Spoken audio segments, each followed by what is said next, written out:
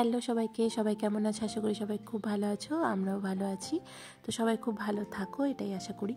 তো এটা হচ্ছে অক্ষয় তৃতীয়ার দিনের ব্লগ। অক্ষয় তৃতীয়ার দিন একটা অন্যভাবে ব্লগটা করার চেষ্টা করেছি। অ্যাকচুয়ালি আমার বহুদিনের শখ, মানে ইচ্ছে। আমি অনেকেই দেখি খুব সুন্দর ঘরের কাজ করে, সেগুলোর ভিডিও করে ব্লগ বানায়। তো আজকে আমার সেই সুযোগটা পেয়েছি, কারণ আমার হেল্পিং হ্যান্ড আজকে সকালবেলা একটু টাইমের জন্য এসেছিল, আর সে কারণে আমাকে অনেকগুলো কাজ করতে হয়েছে। তো ভাবলাম আজকেই ব্লগটা করি। তো এই যে দেখো, সকাল সকাল আজকে আমি স্নান করে অক্ষয় তৃতীয়ায় গপুকে পুজো দেওয়া হয়ে গিয়েছে আমার। আর নিরামিষ রান্না করব অক্ষয় তৃতীয়ার পুজো বলে। তো অ্যাকচুয়ালি ফ্রাইড রাইস আর মটর পনির বানাবো। তো এই দেখো, এখানে মটর পনির, কিছু ফ্রোজেন মটর আর পনির, আর চপিং করা টমেটো, 1 ইঞ্চির মতন একটু আদা, তেজপাতা, শুকনো লঙ্কা আর জিরে ফোড়ন দেবো। আর নিয়েছি এলাচ, দারচিনি, লবঙ্গ। আর সাথে নিয়েছি কিছু গুঁড়ো মশলা যেগুলো লাগবে। তো গুঁড়ো মশলাগুলো ঢেলে নিয়ে নিই, কারণ তাতে একটু নষ্ট হয়। তো সেই কারণে এই কন্টেনার থেকেই ঢেলে ঢেলে দিব যখন বানাবো। তো যদিও তোমরা অনেকেই সবাই প্রায় জানো ফ্রাইড রাইস কী করে বানাতে হয়, মটর পনির বানাতে হয়, তবুও তোমাদের সাথে রান্নাটা যেহেতু করলাম, শেয়ার করলাম। আর অ্যাকচুয়ালি ইচ্ছে আছে পুরোটা মানে কাজ করার ভিডিও, মানে ডেইলি ব্লগ, ডেইলি লাইফের যেরকম ব্লগ হয় সেরকমই একটু বানানোর চেষ্টা করছি। জানি না কেমন হবে, তোমরা কমেন্ট করে জানিও কেমন লাগলো। তো এইদিকে দেখো, প্রথমে কড়াইয়ে আমি 4 ভাগের 1 ভাগ সাদা তেল আর 3 ভাগ ঘি দিয়ে দিলাম। তার মধ্যে দিয়ে দিলাম তেজপাতা, এলাচ, দারচিনি, লবঙ্গ। আর এর মধ্যে দিয়ে দিলাম এখন কুচি করে কেটে রাখা গাজর আর ক্যাপসিকাম। এগুলোকে একটু লাল লাল করে ভেজে নিব। তো আমি এইভাবেই ফ্রাইড রাইসটা বানাই, তোমরা অনেকেই অনেকভাবেই বানাতে পারো। তো আমি এইভাবেই বানাই, তো তোমাদের সাথে শেয়ার করলাম। তো এরপরে দিয়ে দিলাম দেখো ভিজিয়ে রাখা কাজু, কিশমিশ আর মটরশুঁটি। এরপরে দিয়ে দিলাম একটু লবণ আর চিনি। তো লবণ আর চিনিটা একসাথে দিয়ে দিলে, ভাজা ভাজা করলে না বেশ সুন্দর, সবজিগুলোর মধ্যে নুন মিষ্টি ভাগটা বেশ সুন্দর মতন যায়। এদিকে অন্য একটা কড়াইয়ে দেখো আমি বসিয়ে দিলাম, এটাতে এখন আমি পনিরগুলো ভেজে নিব হালকা হালকা ব্রাউন করে। তো পনিরটা ভেজে নিব, ভেজে নেওয়ার পর ওইদিকে ফ্রাইড রাইসটাও রেডি করছি। একটু তাড়াহুড়োই করছি, কারণ এক জায়গায় যাব, আগেই বললাম, অক্ষয় তৃতীয়ার হালখাতা করতে। তো যেখানে যাব তোমাদের সাথে অবশ্যই তোমাদেরকে দেখাবো, শেয়ার করব। ভিডিওটা পুরোটা দেখো আর স্কিপ করো না। তো দেখো, এখানে পনিরগুলোর মধ্যে একটু হলুদ আর লবণও দিয়ে দিলাম, একটু হালকা হালকা করে ফ্রাই করে নিচ্ছি। আর এদিকে আমার সবজিগুলো ফ্রাই হয়ে এসছে। তো আগে থেকে বয়েল করে রাখা চাল, ফ্রাইড রাইসের চাল, এলাচ দিয়ে সিদ্ধ বয়েল করেছিলাম, সেটা দিয়ে দিলাম। তো এর মধ্যে অল্প অল্প করে দিয়ে দিচ্ছি আর অল্প করে মিক্স করে নিচ্ছি। ফ্রাইড রাইসের এই একটা ইম্পর্টেন্ট জিনিস, সেটা হচ্ছে এই ভেজিটেবলসগুলোর সাথে ফ্রাইড রাইসটাকে ভালো করে, মানে রাইসগুলোকে ভালো করে মিক্সড করা। তো সেটাই করছি। আর এদিকে দেখো, আমার পনিরগুলো মোটামুটি ভাজা হয়ে গিয়েছে, ব্রাউন ব্রাউন হয়ে গিয়েছে। তো এগুলোকে এখন তুলে নিব। তো এবার পনির ফ্রাই করার ওই তেলটার মধ্যে আর একটু তেল দিয়ে ওর মধ্যে আদাটা দিয়ে দিলাম ভেজে, তার মধ্যে দিয়ে দিচ্ছি টমেটো কুচি। এবার টমেটো কুচিটা একটু ভাজা ভাজা হয়ে এলে এর মধ্যে দিয়ে দেবো পরিমাণ মতো লবণ, আর দিয়ে দিচ্ছি কাঁচা লঙ্কা বাটা। তোমরা চাইলে কাঁচা লঙ্কা, গোটা কাঁচা লঙ্কাও দিতে পারো। তো আমার কাছে পেস্ট করা কাঁচা লঙ্কা ছিল, তো সেটাই আমি দিয়ে দিচ্ছি 2 চামচের মতন। আর এদিকে দেখো, আমার ফ্রাইড রাইসটা মোটামুটি ভাজা হয়ে গেছে, তবে তবু আরও অনেকক্ষণ ফ্রাই করতে হবে। তো ভালোভাবে একটু পরপর নাড়াচাড়া করতে হবে। এদিকে গ্রেভিটার মধ্যে দিয়ে দিচ্ছি একটু হলুদ, পরে এর মধ্যে দিয়ে দিলাম মগজদানাগুলো, আগে থেকে ভিজিয়ে রাখা মগজদানা। তো এটাকে এখন একটু ফ্রাই করব যতক্ষণ তেল না ছাড়ছে। দেখো, সাইড থেকে একটু একটু তেলও ছাড়ছে। আর এদিকে ফ্রাইড রাইসটাও মোটামুটি হয়েই এসছে। তো এর মধ্যে দেখলাম যে একটু লবণ দিতে হবে, মানে নুন দিতে হবে। তো সেই কারণে আবার একটু নুন দিয়ে দিলাম। তো এদিকে দেখো, আমার গ্রেভিটাও মোটামুটি হয়ে এসছে। তো এটাকে এখন ঠান্ডা করতে দেবো মশলাটাকে। আর এদিকে ফ্রাইড রাইসটাও হয়ে এসছে। তো এর মধ্যে নামানোর আগে আবার একটু 2 টেবিল চামচের মতন ঘি দিয়ে দিলাম। দিয়ে এবার এটাকে একটু ভালো করে মিক্সিং করে নিচ্ছি। আর মিক্সিং করে এরপর এটাকে ঢেকে স্টিমটাকে বন্ধ করে দিচ্ছি। তো চলো, আমাদের ফ্রাইড রাইস তো রেডি। এখন আমি রেডি করব মটর পনিরের গ্রেভিটা। তো মটর পনিরের গ্রেভির জন্য যে মশলাটা বানিয়েছি, এটা এখন ঠান্ডা হয়ে গিয়েছে। তো এখন এটাকে মিক্সিতে দিয়ে খুব একটা সুন্দর করে স্মুথ পেস্ট বানিয়ে নেব।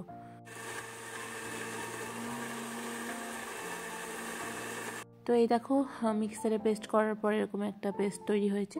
তো এদিকে আবার প্যানটা বসিয়ে দিলাম। তো যেহেতু অল্প করেই আজকে খাবার দাবার, পাকুবুড়িও বাড়িতে নিয়ে স্কুলে চলে গিয়েছে, ও মায়ের ওখানেই খাওয়া দাওয়া করবে। আর আমি খাওয়ার মধ্যে আমি আর মনি খাবো। আমার হেল্পিং হ্যান্ড তো পুজো করবে ওর বাড়িতে, উপোস, তো আর আসবেও না। তো সেই কারণে অল্প করেই বানাচ্ছি। তো এইদিকে দেখো, কড়াইয়ে তেজপাতা, জিরা, শুকনো লঙ্কা এগুলো ফোড়ন দিয়ে দিয়েছি, আর সাথে ওই পেস্টটাকে দিয়ে দিচ্ছি। তো এটাকে এখন একটু ভালো করে ফ্রাই করব, মানে কষা কষা করব। তো এর মধ্যে দিয়ে দিলাম জিরের গুঁড়ো, কাশ্মীরি লাল মির্চ, ধনেপাতা গুঁড়ো।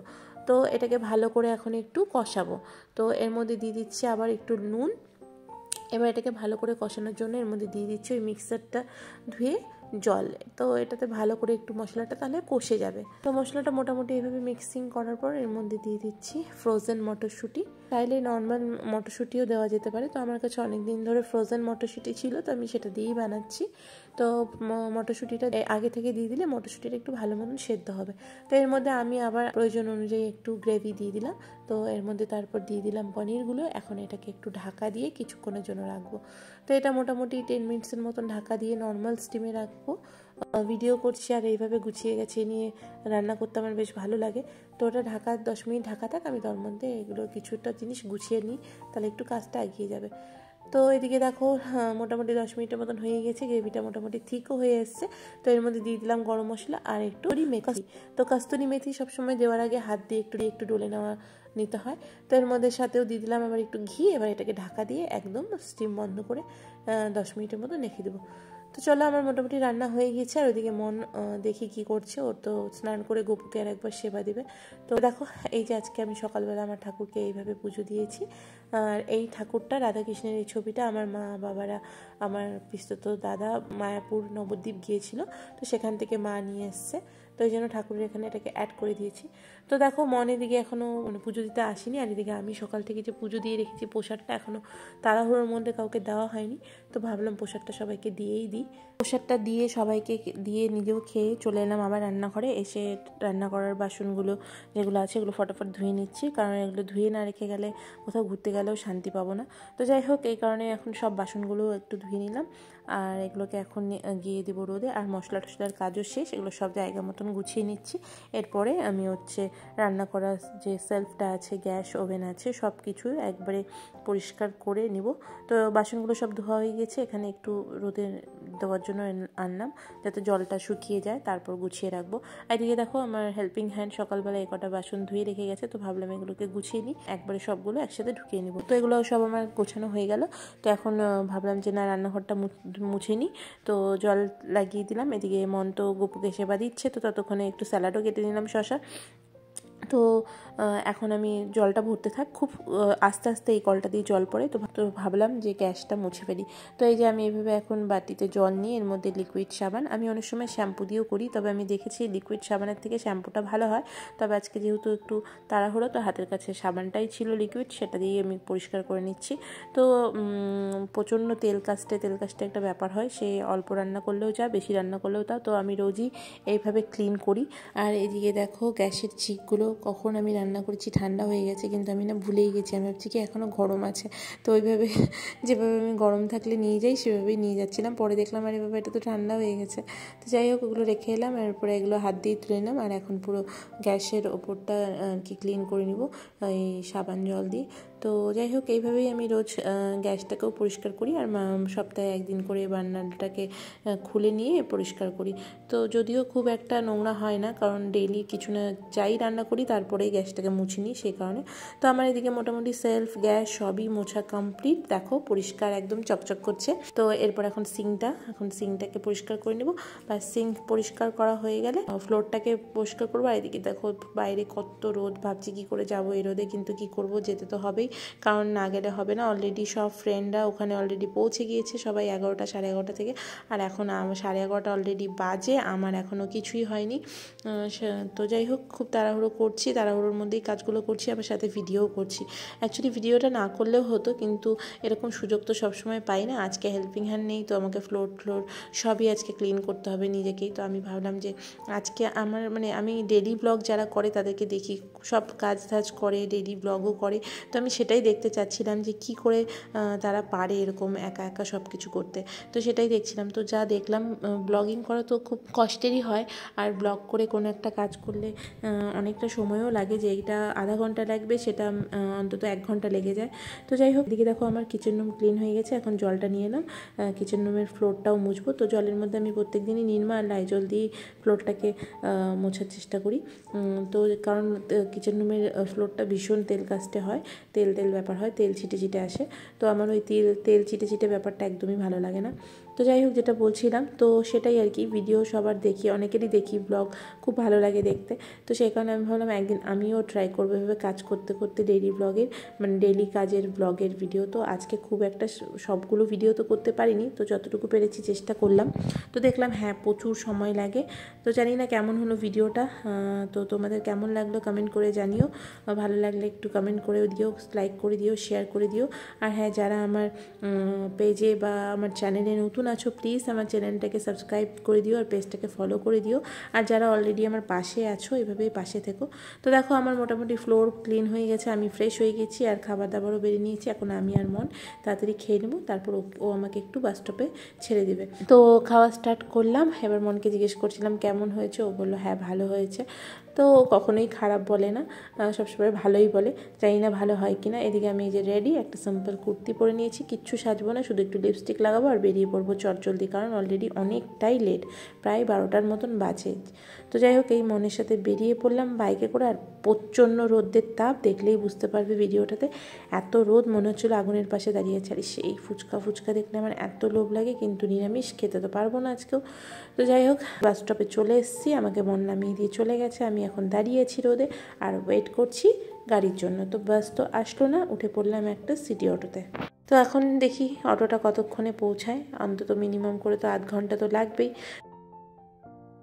তো যেতে হবে, এদিকে রাস্তা যেন আর শেষ হচ্ছে না।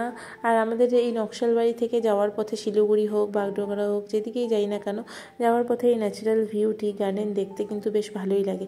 আজকে খুব রোদ দিয়েছে, কিন্তু মানে কি বলবো, এত রোদ, তাই ভাবি যারা বাইরে সবসময় থাকে, কাজ করে, তাদের কত কষ্ট হয়। তো যাই হোক, এগুলো ভাবতে ভাবতেই বাগান, এইসব পরিবেশ, প্রাকৃতিক দৃশ্য দেখতে দেখতে পৌঁছে গেলাম এখন আমি আপার বাগডোগরা। তো আপার বাগডায় চলে এসেছি, এখন কোথায় যাচ্ছি চলো দেখো। আশা করি তোমরা দেখে বুঝতেই পেরে গেছে আমি কোথায় যাচ্ছি। আমি আসছি আর কোথাও না, প্রিয়াঙ্কাদির শপে, রয়্যাল ফ্যাশনে। তো চলো দেখো, এদিকে দেখো জুতোর বাহার অলরেডি সবাই চলে এসছে, আমি সব থেকে লেট আর কি, সব থেকে লাস্টে। এই দেখো,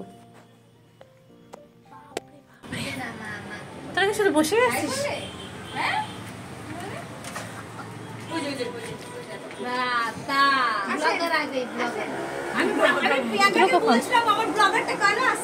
আচ্ছা, তোর ব্লগার কত পে করিস আমাকে মান্থলি? কত পে করিস আমাকে দেখি? আচ্ছা, আজকাল এত সাইজে গুজে আসছে, আমি পুরানো ড্রেস পরে আসছি, তোরা সব নতুন ড্রেস, সব মানে অক্ষয় তৃতীয়া তো নতুন ড্রেস পরতে হয় না? প্রিয়াঙ্কা দি একটা গিফট করো তো, অক্ষয় তৃতীয়াতে একটা গিফট করো। সবগুলো হচ্ছে অক্ষয় তৃতীয়াতে হচ্ছে নতুন ড্রেস পরছে, আমি একমাত্র পুরানো।